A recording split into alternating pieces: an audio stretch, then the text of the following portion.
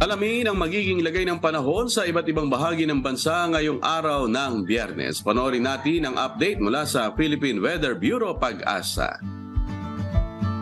Magandang umaga po sa ating lahat. Narito ang ating weather update. Tatlong weather system ang nakakapekto sa ating bansa. Northeast monsoon o amihan, shear line at yung trough o yung extension area ng low pressure area. Yung pong low pressure area ay nanatili pong nasa labas po ng ating Philippine Area of Responsibility, nasa layong 990 kilometers silangan ng northeastern Mindanao.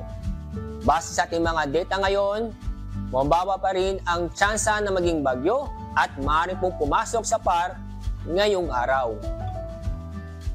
Dahil po sa malakas na hangin ng amihan, meron pa rin tayong gale warning.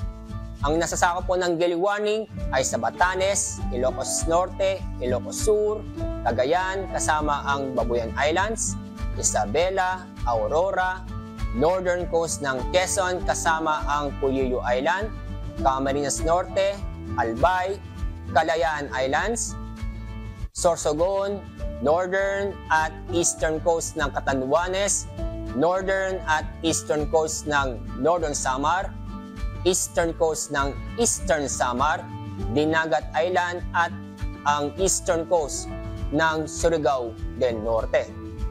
Ang mga baybaying dagat sa mga nabanggit na lugar ay makakaranas po ng maalon hanggang sa napakaalon. Ang taas pong alon ay halos po aabot ng 5 metro.